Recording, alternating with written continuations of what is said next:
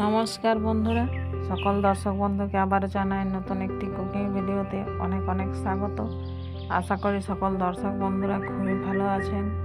বন্ধুরা, আজকে আমি আপনাদেরকে সজনে ডাঁটা দিয়ে নতুন ধরনের একটি ডাল রেসিপি রান্না করে দেখাবো।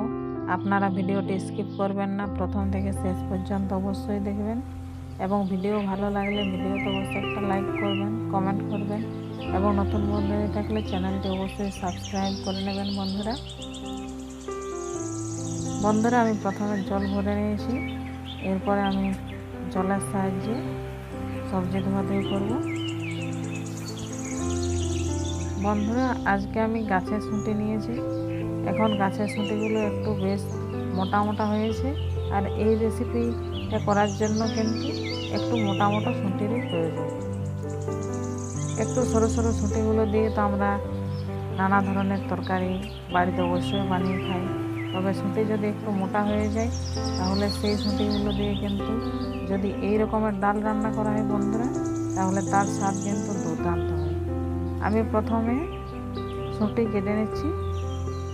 শুঁটিকে আমি একটু বড় বড় করেই কাটছি এবং শুঁটির উপরে যে খোসা রয়েছে সেই খোসা কিন্তু খুবই সহজে উঠে যাচ্ছে বন্ধুরা।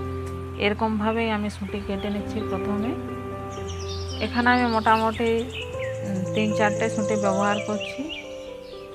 এখানে খুবই বেশি পরিমাণে আমি শুঁটি ব্যবহার করব না, কেননা অন্যান্য সবজিও এই ডালে ব্যবহার করব, তাই ডাল খুবই বেশি হয়ে যাবে। তাই এখানে 3-4টে শুঁটি ব্যবহার করলেই যথেষ্ট। বন্ধুরা, আমার শুঁটি কাটা হয়ে গেল। এরপরে অন্যান্য সবজিও কেটে নেব ধীরে ধীরে।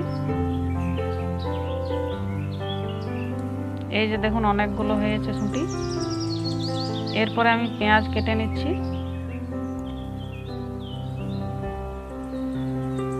বন্ধুরা, আমি প্রথমে কাটাকাটির কাজ করে নিচ্ছি, তারপরে সব সবজিগুলোকে ধুয়ে নেব, তারপরে একসঙ্গে ডালকে বসিয়ে দেব। পেঁয়াজের খোসা ছাড়িয়ে নিয়ে পেঁয়াজকে কেটে নেব। এখানে আমি পেঁয়াজকে খুব ছোট ছোট করে কাটছি না, একটু বড় বড় করেই কাটছি। যেহেতু বন্ধুরা ডাল প্রেসার কুকারে সিদ্ধ করব, তাই বেশি ছোট ছোট করে পেঁয়াজ কাটার প্রয়োজন নেই।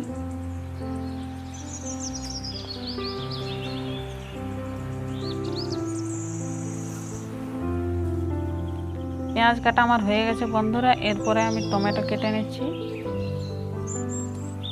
এখানে আমি ডালের স্বাদ বাড়ানোর জন্য 3টে টমেটো ব্যবহার করছি।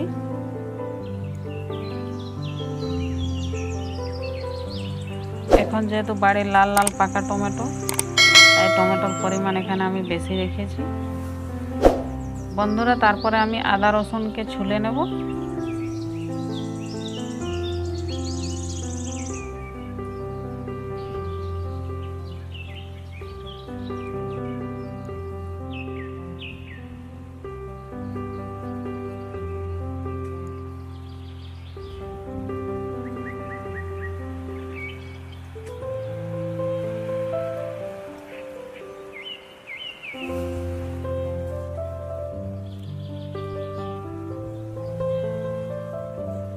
ডাল রান্নার সমগ্র উপকরণ আমার কাটা হয়ে গেছে। এরপরে আমি সবজিগুলোকে ধুয়ে নেব।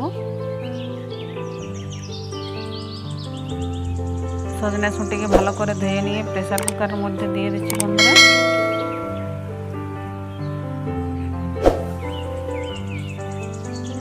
এরপরে পেঁয়াজকেও ধুয়ে নিয়ে দিয়ে দেবো।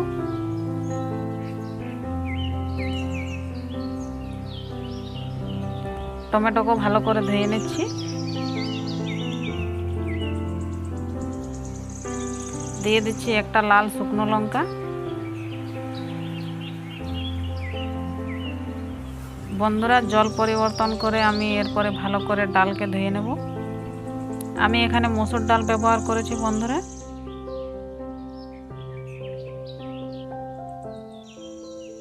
ডালকে ভালো করে ধুয়ে নিচ্ছি।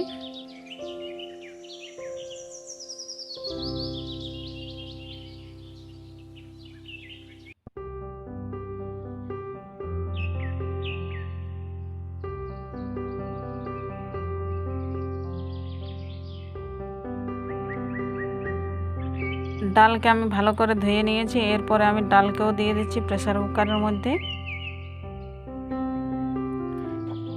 এরপরে বন্ধুরা আদা রসুনকে ধুয়ে নিয়ে আদা রসুনকে গ্রেট করে দিয়ে দেব প্রেসার কুকারে।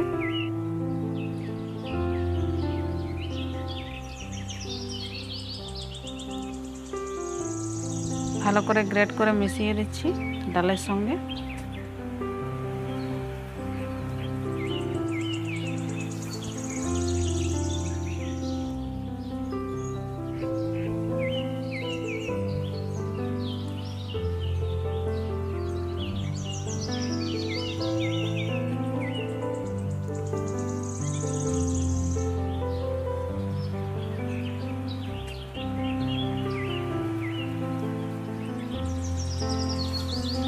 আদা রসুন গ্রেট করা হয়ে গেছে বন্ধুরা। এরপরে আমি দিয়ে দিলাম গরম মশলার গুঁড়ো এবং দিয়ে দিচ্ছি 2 ঘটি জল।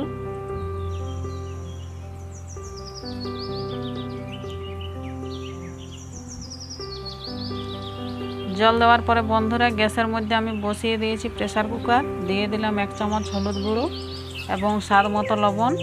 এরপরে প্রেসার কুকারকে আমি ঢাকনা দিয়ে বন্ধ করে দিলাম। বন্ধুরা মোটামুটি 4 সিটি দিয়েছে। ততক্ষণে আমি কারি পাতা তুলে নিচ্ছি ফোড়ন দেওয়ার জন্য।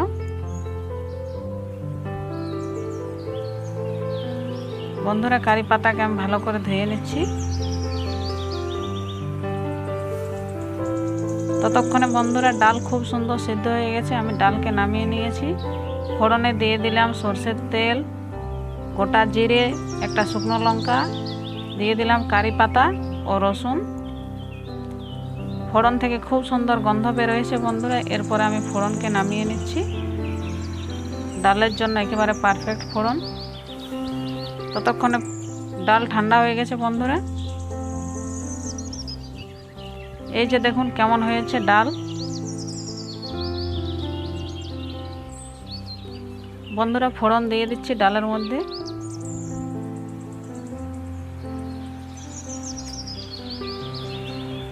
ফোড়নকে ভালো করে মিশিয়ে নিচ্ছি ডালের সঙ্গে। দেখুন বন্ধুরা কেমন হয়েছে ডাল। বন্ধুরা এটা আমার প্রিয় ডাল, আমি খেতে খুবই ভালোবাসি। আপনারাও বাড়িতে অবশ্যই এই ডাল রান্না করে খাবেন, দেখবেন আপনাদেরও খুব ভালো লাগবে। এবং ভিডিও ভালো লাগলে ভিডিওতে অবশ্যই একটা লাইক করবেন, কমেন্ট করবেন। নতুন বন্ধু হয়ে থাকলে চ্যানেলটি অবশ্যই সাবস্ক্রাইব করে নেবেন বন্ধুরা। খুব শীঘ্রই আপনাদের সঙ্গে আবারও দেখা হচ্ছে নতুন একটি ভিডিও নিয়ে। ততক্ষণে সকলে খুব ভালো থাকুন, সুস্থ থাকুন। নমস্কার।